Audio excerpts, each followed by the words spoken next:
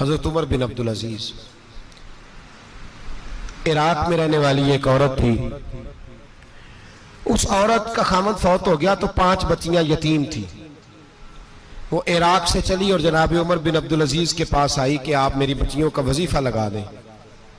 وہ کہتی ہے جب میں پہنچی نا یہاں تو عورت کہتی ہے میں پہنچ گئی, میں نے لوگوں سے پوچھا گھر کہاں ہے, تو کہا وہ جہاں بوری لٹک رہی ہے نا باہر ٹاٹ کا پردہ لگا ہوا ہے وہ حضرت عمر بن عبدالعزیز کا گھر ہے.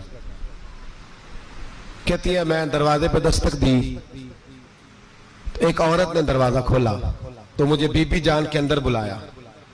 تو ان کے گھر کے اندر جب میں داخل ہوئی تو بڑا سارا سین تھا, ایک جانب کنواں لگا تھا, ایک طرف ایک بڑا درخت تھا اور ایک چھوٹا سا بنائی ہوئی تھی جگہ برتن دھونے کے لیے, اور بی بی نا برتنوں کو مٹی لگا کے صابن لگا کے بیٹھی ہوئی تھی, کام کر رہی تھی وہ عورت. مجھے اس نے درخت کے نیچے بٹھایا, پانی پلایا. کیسے آئی ہو؟ میں نے کہا امیر المومنین سے ملنا ہے. کہنے لگی بیٹھو تھوڑی دیر میں آ جاتے. کہتی تھوڑی, میں نے سمجھا گھر کی کوئی ملازمہ ہے, میں بیٹھ گئی. تھوڑی دیر گزری پھر دستک ہوئی, اس بی بی نے اٹھ کے دروازہ کھولا تو جب وہ شخص اندر آئے تو کہنے لگی بڑی دیر سے برتنوں کو صابن لگا کے بیٹھی ہوں, کہاں رہ گئے تھے؟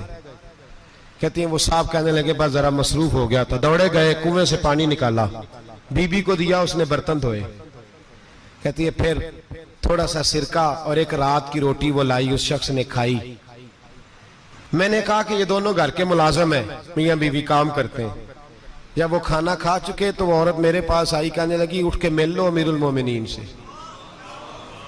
میں نے کہا کون امیر المومنین؟ تو کہنے لگی کب سے تو آئے ہیں, یہ جس نے کنویں سے پانی نکالا یہی مسلمانوں کا امیر ہے, اور یہ جس نے درخت کے نیچے بیٹھ کے سرکے سے روٹی کھائی ہے یہی ہے عمر بن عبدالعزیز رحمت اللہ علیہ کے. وہ بی بی گئی تو کہنے لگی کہ یہ امیر المومنین ہے. کہا ہاں. وہ اٹھ کے حاضر ہوئی, کہا حضور میں عراق سے آئی ہوں, میرا خامد فوت ہو گیا, میری 5 بیٹیاں ہیں, وظیفہ لگا دے. وہ بی بی کہتی ہے میرا دل تھا کہ یتیم بچیوں کا 100 دینار سال کا لگا دیں گے تو بڑی بات ہے. کہتی ہیں جب میں ان کے پاس گئی تو حضرت عمر بن عبدالعزیز کو بتایا تو وہ رونے لگ گئے اور مجھ سے معافیاں مانگنے لگے.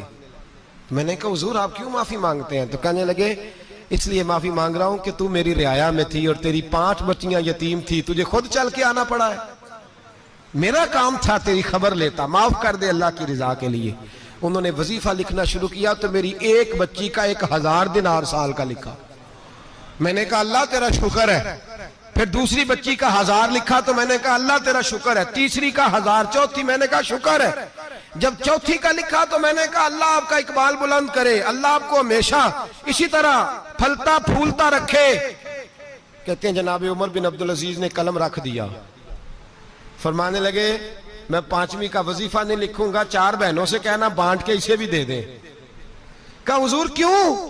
آپ فرمانے لگے جب تک تو اللہ کا شکر ادا کر رہی تھی میں بھی رب سے جڑا ہوا تھا اور اللہ سے ڈر کے لکھ رہا تھا. اب تو نے میری تعریف کی ہے, اب میری ذات آ گئی ہے, اب میں اگر یہ وظیفہ لکھوں گا تو اس سے اللہ راضی نہیں ہوگا, اس سے میرے نفس میں ریا پیدا ہوگی.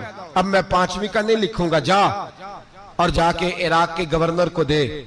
بی بی کہتی ہے میں گھوڑے پہ بیٹھی اور میں چند دنوں کے بعد عراق پہنچی. جب سویرے آ کے میں نے والی عراق کو رکا دیا تو وہ چیخ مار کے رویا. میں نے کہا کیا ہوا؟ تو کہنے لگا بی بی آج رات کو حضرت عمر بن عبدالعزیز کا انتقال ہو گیا, فوت ہو گئے, تو انتقال کر گئے. کہتی میں بھی تڑپ کے روئی. میں نے کہا میری یتیم بچیوں کا کیا بنے گا؟ تو وہ گورنر کہنے لگا تیرے وظیفے جاری رہیں گے, تجھے ملتے رہیں گے. تو کہنے لگی کیسے؟ کہنے لگا میں اگر تو گورنر رہا تو تیرا وظیفہ جاری رہے گا, اور اگر گورنری سے اتر بھی گیا تو میں ذاتی طور پہ مالدار ہوں, پھر بھی تیری بچیوں کے ماہانہ پیسے پہنچتے رہیں گے. میں نے کہا تو کیوں دے گا؟ کہتی وہ رو پڑا. کہنے لگا اگر امیر حضرت عمر بن عبدالعزیز جیسے ہوں تو پھر اللہ گورنروں کے دلوں میں بھی رحم ڈال دیا کرتا ہے.